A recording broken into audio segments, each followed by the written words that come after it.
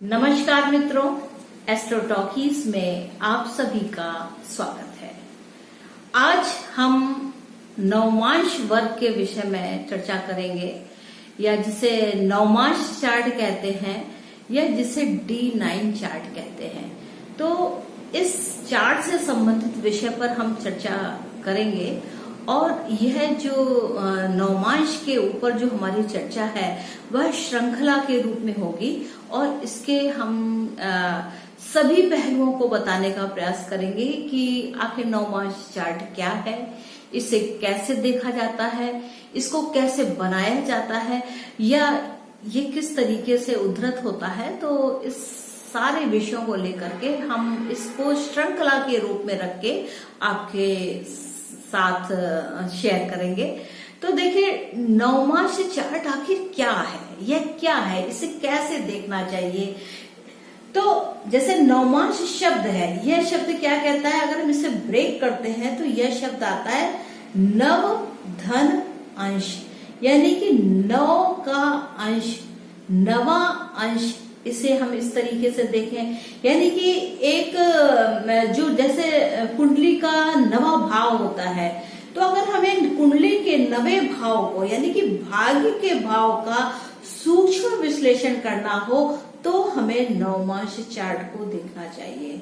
अब यह आएगा कैसे, इसको हम समझेंगे कैसे, तो इसी बात को लेकर के यह, क्योंकि ये एक ही एपिसोड में 10-20 मिनट के अंदर में यह पूरा का पूरा विस्तार पूर्वक नहीं बताया जा सकता है, तो यह श्रृंखला के रूप में होगा और आप मेरे साथ नवमांश की श्रृंखला के साथ अवश्य ही जुड़े रहें। और अभी तक अगर आपने मेरा चैनल सब्सक्राइब नहीं किया है तो प्लीज सब्सक्राइब करें, क्योंकि नवमांश से संबंधित जो जानकारी होगी वह आने वाले कुछ सप्ताह तक यह नवमांश का हमारा विषय चलता ही रहेगा। इस वर्ग अथवा D9 चार्ट को किसी भी जातक के लिए उसके भाग्य को देखा जाता है, उसके विवाह को देखते हैं, उसके वैवाहिक जीवन को देखते हैं। यानी कि क्या है कि जब इस चार्ट का एक्टिवेशन हो जाता है, इस चार्ट का एक्टिवेशन तब होता है जब समस्त 27 नक्षत्रों का जो है, या हम इसे कहें कि जब हमारा सेकंड रिटर्न होता है, यानी कि पुनः उसी भाव में जब शनि देव आ जाते हैं, तब यह जो भाग्य का जो वर्ग है वह एक्टिवेट होता है। तो यह एक काफी लंबी अवधि में, यानी कि 27 वर्ष से लेकर के इसकी जो एक्टिवेशन का जो समय अवधि है वह 27 वर्ष से लेकर के 33 वर्ष तक के बीच में इस वर्ग का एक्टिवेशन स्टार्ट हो जाता है। तब हमें अपने नवमांश के फल मिलना शुरू होते हैं, नवमांश के फ्रूट मिलना शुरू होते हैं। अब जैसे नवमांश को अगर हम और समझना चाहते हैं तो क्या है कि जो हमारा D1 चार्ट होता है वह हमारा संचित कर्म है, यानी कि हमने पूर्व जन्म में जो भी कर्म करे थे उनके अनुसार ये हमारा संचित कर्म है। और जो नवमांश हमें मिलता है, यानी कि D9 चार्ट जो हमें मिलता है, देखिए समस्त कुंडली के जो भाव हैं उनके अंदर जो नक्षत्र हैं, उन नक्षत्रों को जो नवमांश में स्थिति मिली उनके अनुसार का जो फल है वह हमें 27 वर्षों के बाद में मिलना आरंभ होता है। 27 से वर्ष तक तो D1 चार्ट ही काम करता है और 27 वर्ष के बाद में D9 चार्ट, जिसे नवमांश चार्ट कहते हैं, वह एक्टिवेट हो जाता है और हमारे फलों को निरूपित करता है। तो वह क्या है, वह हमारा प्रारब्ध है कि जिसे हमें तो मिलना ही मिलना है। जो हम भाग्य लेकर के आए हैं वह हमें मिलना ही मिलना है। अब भाग्य किन किन क्षेत्रों का होगा, तो पहला तो हमारा वैवाहिक जीवन ही इससे जुड़ा हुआ होता है। तो समस्त प्रकार का वैवाहिक जीवन, कि वैवाहिक जीवन के बाद कैसी स्थिति होगी, मेरा जीवन साथी कैसा होगा, मेरा कार्य व्यवसाय कैसा होगा, मैं उन्नति करूंगा या नहीं करूंगा, तो ये इस तरीके के सारे पहलू इस नवमांश चार्ट के थ्रू देखे जाते हैं। अब एक और बात मैं कहना चाह रही हूँ कि जैसे D1 चार्ट हमारी देह होती है, जिसे हम देह का चार्ट कहते हैं, हमारी बॉडी को दिखाता है, उसी प्रकार जो D9 चार्ट है वह एक एक्सरे है, यानी कि इस बॉडी का एक एक्सरे है कि अंदर क्या है, यानी कि भाग्य के अंदर क्या है। इस चीज को जानने के लिए हम D9 चार्ट को देखते हैं, यानी कि नवमांश चार्ट को देखते हैं। देखिए, प्रत्येक राशि 30 डिग्री की होती है ना, 30 डिग्री की। और इस 30 डिग्री को अगर हम 9 भाग में भाग कर दें तो हमें 1 भाग 3 डिग्री 20 मिनट का मिलेगा। इसी प्रकार जो हमारे नक्षत्र है, उस नक्षत्र का एक चरण, हर नक्षत्र के 4 चरण होते हैं और हर चरण का जो मान है वह 3 डिग्री 20 मिनट है, यानी कि इनका चरण से बहुत संबंध है। और इस प्रकार अगर हम 3 डिग्री 20 मिनट को लेते हैं तो नवमांश का एक पार्ट 3 डिग्री 20 मिनट का होता है। तो अगर हम देखें तो 27 नक्षत्र हमारे कुल हुए और उन 27 नक्षत्रों के 4 पद हुए, तो हमको कुल कितने मिले पद? हमें 108 पद मिलते हैं। उसी प्रकार अगर हम 12 राशियों को 9 भागों में अगर विभक्त करते हैं तो क्या हुआ कि एक राशि के 9 पार्ट करे गए, तो 12 इंटू 9 करते हैं तो हमें 108 फिर प्राप्त होता है। तो 108 एक प्रकार से भाग्य का अंक बन जाता है। आपने देखा होगा कि जो हमारी पूजा अर्चना करने के लिए जो एक संख्या बताई जाती है वह मिनिमम संख्या 108 होती है, ताकि 27 नक्षत्र और उनके जो 4 चरण है वह मिलकर के आपके भाग्य को खोलने का प्रयास करें। तो इस प्रकार यह 108 अंक कितना महत्वपूर्ण रहता है, इससे हमें ऐसे भी समझना चाहिए। अब जैसे हर नक्षत्र के पद हैं, तो क्या है कि ये जो चारों पद हैं वह हमारे पुरुषार्थ को दिखाते हैं कि हमें कैसा पुरुषार्थ है। तो देखिए, जो पहला पद है वह धर्म पुरुषार्थ से इसका संबंध है। द्वितीय जो पद होता है, किसी भी नक्षत्र का जो द्वितीय पद है वह अर्थ से संबंध रखता है, यानी कि अर्थ पुरुषार्थ, यानी कि वह व्यक्ति फाइनेंशियल यानी कि अर्थ के लिए काम करने वाला है या अर्थ को कमाने के लिए वह कार्य करेगा। और जो इसका तीसरा पद है वह क्या है? वह कर्मा पुरुषार्थ के अंतर्गत आता है, यानी कि कर्म पथ पर वह अग्रसर रहता है। कर्म पथ क्या है कि जैसे उसे काम करने की इच्छा, उसकी डिजायर है और उसका एफेक्शन है, इस तरीके की जो एक्टिविटीज होती है वह कर्म के पुरुषार्थ को दर्शाती है, यानी कि तृतीय पद। चतुर्थ पद की बात आती है तो देखिए, चतुर्थ पद जो है वह मोक्ष पद है, यह फ्री विल है, यह फ्रीडम फ्रॉम ऑल है। इस तरीके की एक्टिविटीज चतुर्थ पद के अंतर्गत रहती है, यानी कि यह मोक्ष पद कहलाता है और मोक्ष पथ पर ले जाता है। आती है बात कि इस नवमास को कास्ट कैसे किया जाए, कैसे बनाया जाए। तो देखिए, महर्षि जो हमारे ग्रंथकार ज्योतिषी, महान ज्योतिष महर्षि पराशर जी हैं, उन्होंने कई विधियां दी हैं जो आपको बुक्स में मिलती हैं पढ़ने को। और अगर आप ऐसे समझे तो आजकल का जो युग है, इस युग में बहुत से ऐसे अच्छे सॉफ्टवेयर हैं जिनके थ्रू आप नवमास चार्ट को बना सकते हैं, आप तुरंत का तुरंत प्राप्त कर सकते हैं। परंतु इसे समझने की पद्धति को भी आना चाहिए। तो हम लोग एक पद्धति पे चलेंगे, एक सैंपल के लिए। तो नवमास प्राप्त करने के लिए एक विधि तो हमारी है कि हम सिंपली सॉफ्टवेयर में डाटा को डालेंगे, अपना डेट ऑफ बर्थ डालेंगे, टाइम ऑफ बर्थ डालेंगे और प्लेस ऑफ बर्थ डालेंगे, और just in A 1 click you will get all the D charts. तो ये इस प्रकार से है, लेकिन फिर भी समझना चाहिए कि ये आखिर ये कैसे काम करते हैं, कैसे ये सब होता है। तो देखिए, हमें अग्नि तत्व राशियों के बारे में पता है। तो अग्नि तत्व जो राशियां हैं वह क्या है? मेष राशि है, सिंह राशि है और धनु राशि है। अब जो अग्नि तत्व प्रधान राशियां हैं, तो अगर हम इसका 9 डिवीजन करते हैं तो इनके अनुसार जो हमें भाग प्राप्त होंगे वह क्रमशः मेष से लेकर के धनु तक प्राप्त होंगे। यानी कि मेष राशि, वृषभ राशि और इसी प्रकार आप सीरियल चलते हैं तो आप धनु तक जाएंगे। और इसमें जो अग्नि तत्व प्रधान जो राशि है इसके अंतर्गत हमारे 3 प्रकार के नक्षत्र भी सक्रिय होंगे। अब वह 3 प्रकार के नक्षत्र क्या है? तो देखिए, एक तो हमारा केतु नक्षत्र चलेगा, दूसरा हमारा शुक्र नक्षत्र चलेगा और तीसरा हमारा सूर्य नक्षत्र चलेगा। अब इसका पद का डिवीजन हम और समझे।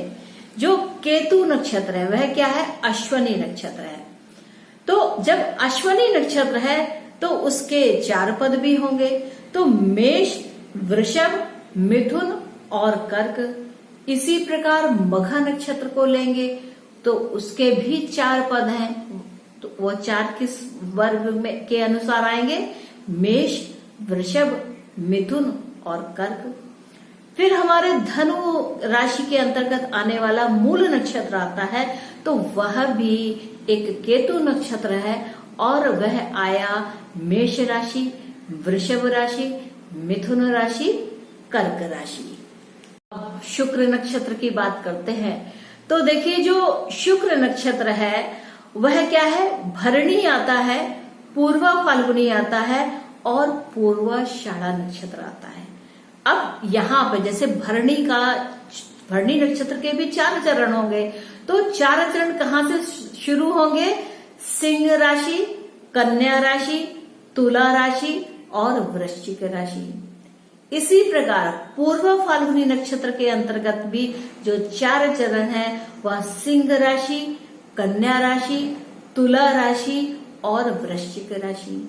ये इनके पदों के राशि के स्वामी हैं। और पूर्वाषाढ़ा की बात है तो जो पूर्वाषाढ़ा नक्षत्र है उसका भी सिंह राशि, उसके जो चरण है वह सिंह राशि, कन्या राशि, तुला राशि और वृश्चिक राशि के अंतर्गत आएगा। अब बात आती है सूर्य नक्षत्र की। तो देखिए, जो अग्नि तत्व जो राशियां हुई उसके अंदर 3 तरह के नक्षत्र, केतु नक्षत्र, शुक्र नक्षत्र और सूर्य नक्षत्र। तो जो सूर्य नक्षत्र है उसमें कृतिका नक्षत्र का 1 पदा, उत्तरा फाल्गुनी नक्षत्र का 1 पदा और उत्तराषाढ़ा नक्षत्र का 1 पदा। तो इस प्रकार जो अग्नि तत्व वाली जो राशियां हुई इनको 9 चरण मिले कुल मिलाकर के। तो ये 9 जो चरण हुए ये ही नवमास के सूचक है। हो सकता है कि आपका कोई भी जो नवमास है वह शुक्र नक्षत्र में आता हो, क्योंकि इन्हीं से ये जो 9 आपकी पद आए ये ही आपका नवमास में स्थिति को बताते हैं। उनका ग्रह, जैसे कोई ग्रह है वह नवमास में किस जगह पड़ेगा वह इन नक्षत्रों के पद ही निर्धारित करते हैं। उनके अनुसार ही नवमास में इन ग्रहों की स्थिति होती है। अब आती है पृथ्वी तत्व की राशियां। तो पृथ्वी तत्व की राशियां सबसे पहले क्या है? वह है वृषभ राशि, कन्या राशि और मकर राशि। अब यहाँ देखिएगा कि पृथ्वी तत्व की जो राशियां हैं उनके अंदर नक्षत्र का समावेश क्या है। तो जो नक्षत्र का समावेश है वह सर्वप्रथम सूर्य नक्षत्र है, फिर चंद्र नक्षत्र है, फिर मंगल का नक्षत्र है। तो पृथ्वी तत्व को समझिए कि पृथ्वी तत्व में सूर्य नक्षत्र, वृषभ राशि का कृतिका नक्षत्र जो है उसके 3 पद, यानी कि दूसरा पद, तीसरा पद और चौथा पद। फिर सूर्य नक्षत्र दूसरा क्या है? कन्या राशि, उत्तरा फाल्गुनी नक्षत्र। तो उत्तरा फाल्गुनी नक्षत्र का भी 2य चरण, तृतीय चरण और चतुर्थ चरण। फिर हम मकर राशि के उत्तराषाढ़ा नक्षत्र में आते हैं तो यह भी पृथ्वी तत्व है, यानी कि 2य चरण, तृतीय चरण और चौथा चरण। अब आती है चंद्र नक्षत्र की बात। तो चंद्र नक्षत्र रोहिणी आता है, हस्त आता है और श्रवण आता है। यानी कि पृथ्वी तत्व के अंदर जो चंद्र नक्षत्र है वह रोहिणी, हस्त और श्रवण, इनके चारों चरण ही इसके अंतर्गत आएंगे। मंगल नक्षत्र की बात आती है कि मंगल के जो नक्षत्र है, मंगल के नक्षत्र क्या, मृगशिरा, चित्रा और धनिष्ठा।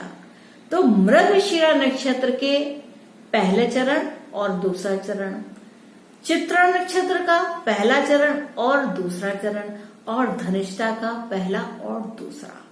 तो इस प्रकार जो इनका नक्षत्र है वह सूर्य नक्षत्र, चंद्र नक्षत्र और मंगल नक्षत्र से पृथ्वी तत्व की राशियां प्रभावित रहती हैं।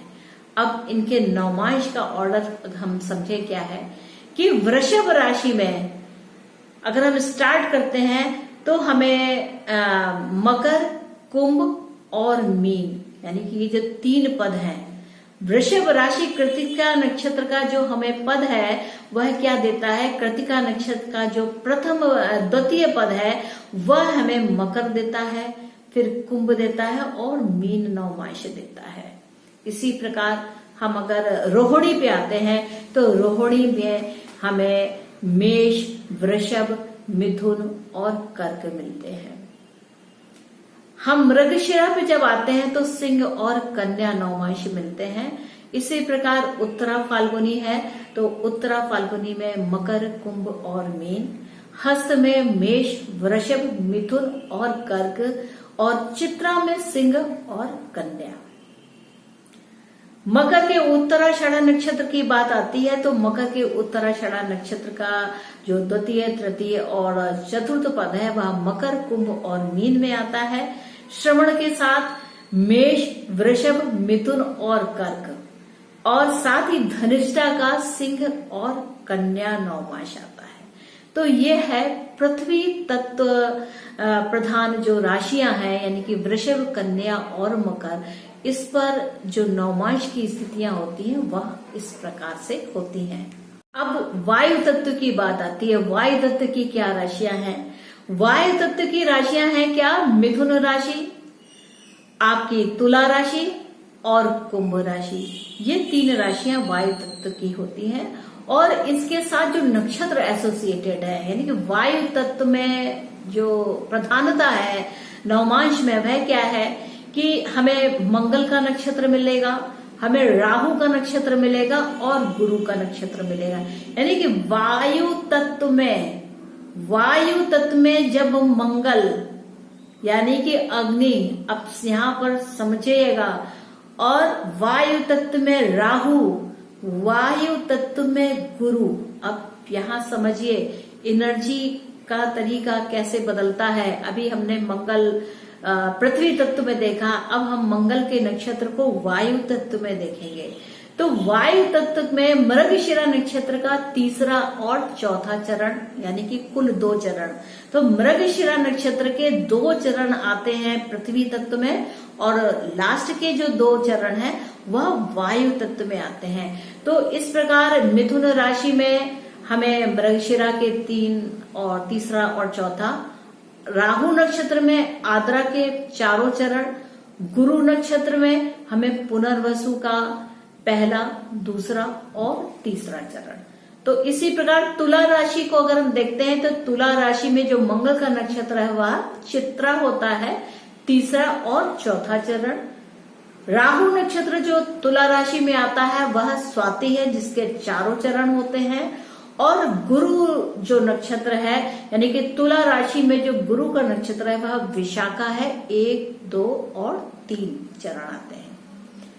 कुंभ की बात आती है। कुंभ राशि में धनिष्ठा के तीसरा और चौथा चरण, साथ में राहु का कुंभ राशि में शतभिषा नक्षत्र के 4 चरण, और पूर्वा भद्रपदा के गुरु नक्षत्र के अंतर्गत पहला, दूसरा और तीसरा। अब इनकी नवमांश की स्थिति को समझें तो देखिए, मिथुन राशि में जो मंगल का नक्षत्र है वह तुला और वृश्चिक के अंतर्गत आता है। तुला राशि में जो चित्रा नक्षत्र का पार्ट है वह भी तुला और वृश्चिक नवमांश के अंतर्गत आता है। और कुंभ राशि में भी तीसरा और चौथा चरण धनिष्ठा का भी तुला और वृश्चिक में आता है। अब राहु नक्षत्र की बात करते हैं तो राहु नक्षत्र धनु, मकर, कुंभ और मीन में आते हैं। तो क्या हुआ कि आद्रा, स्वाति और शतभिषा यानी कि धनु और मीन, गुरु और बीच में शनि, यानी कि राहु नक्षत्र गुरु और शनि के द्वारा कवर होता है पूरी तरीके से। उसको कहें कि गवर्न होता है या कंट्रोल्ड होता है।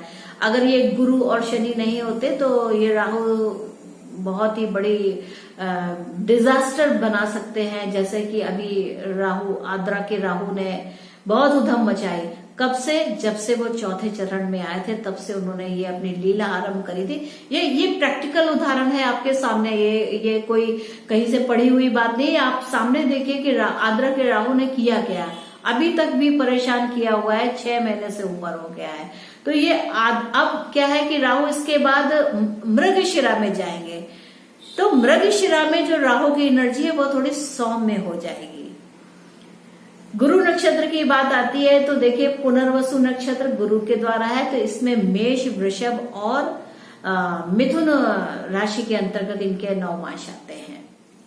अब बात आती है जल तत्व राशि, यानी कि जल तत्व प्रधान राशियां, जिसे मोक्ष प्रधान राशियां भी कहते हैं। तो इस पर चलते हैं। तो क्या है कि जल तत्व प्रधान राशियां क्या है? कर्क राशि है, वृश्चिक राशि है और मीन राशि है। तो कर्क राशि में इसमें जो हमें नक्षत्र का समावेश मिलेगा वह 3 नक्षत्र का मिलेगा, यानी कि गुरु नक्षत्र, शनि का नक्षत्र और बुध का नक्षत्र। अब देखिए मोक्ष की राशि है, प्रभाव क्या मिल रहा है? गुरु एक डायरेक्ट हॉटलाइन, शनि हमारे कर्म का नक्षत्र और बुध भी क्या है कि जिस स्किल को हम इस धरती पर डेवलप करते हैं वह बुध की स्किल कहलाती है। तो कर्क राशि में पुनर्वसु नक्षत्र का चौथा चरण आता है। वृश्चिक राशि में विशाखा नक्षत्र का चौथा चरण आता है और मीन राशि में पूर्वा भद्रपदा का चौथा चरण आता है। यह मोक्ष की राशि, यहाँ मोक्ष की राशियां हैं। तो कर्क राशि में पुनर्वसु हो गया, वृश्चिक विशाखा हो गया चौथा चरण और मीन पूर्वा भद्रपदा। अब शनि नक्षत्र की बात आती है तो शनि नक्षत्र के चारों चरण क्या क्या है? पुष्य नक्षत्र के चारों चरण, अनुराधा नक्षत्र के चारों चरण और उत्तरा भद्रपदा के चारों चरण ही इस शनि नक्षत्र के अंतर्गत आते हैं और इनका संबंध कर्क, वृश्चिक और मीन राशि से हो जाता है। अब बुध नक्षत्र की बात आती है तो देखिए बुध नक्षत्र में कर्क राशि में अश्लेषा, वृश्चिक राशि में ज्येष्ठा और मीन राशि में रेवती। और यह जो बुध का नक्षत्र है, अश्लेषा, ज्येष्ठा और रेवती, इनके जो चौथे पद हैं, चौथे चरण के कुछ पार्ट जो है वह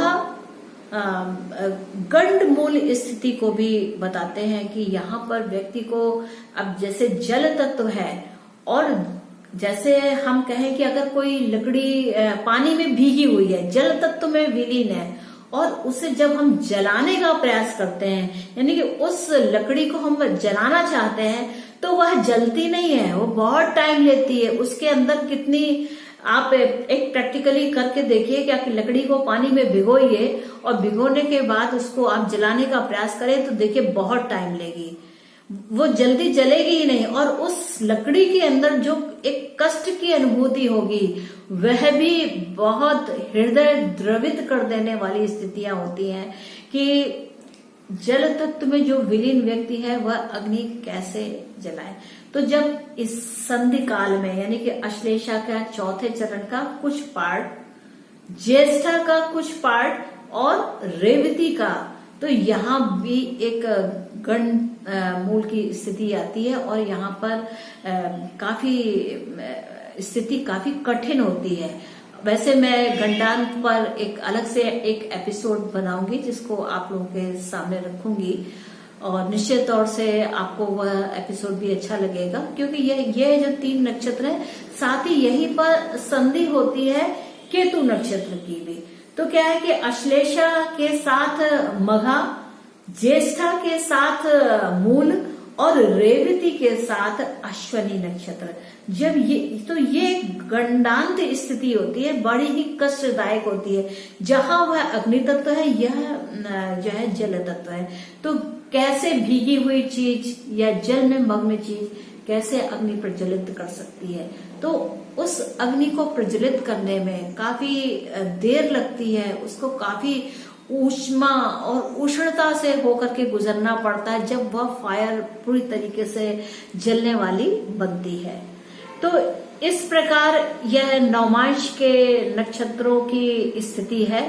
और वैसे मैंने पूरी अपनी नक्षत्र सीरीज दी थी, जिसमें मैंने काफी प्रयास किया कि आप लोगों को नवमांश भी साथ साथ में बताते चलो, क्योंकि आगे जो नवमांश का चार्ट है उसमें इसका बहुत ही प्रयोग है। और आगे के एपिसोड में हम और विस्तृत जानकारियां लेकर के आगे बढ़ेंगे। तब तक के लिए आज्ञा दीजिए, और आशा है कि आपको मेरा यह एपिसोड अच्छा लगा होगा। और आपने अगर इस मेरे बेसिक एपिसोड को यानी इंट्रोडक्शन के एपिसोड को अगर एंजॉय किया है, then please to like, share and subscribe my channel Astro Talkies. और फिर मिलते हैं नवमांश की दूसरी एपिसोड पर। तब तक के लिए नमस्ते।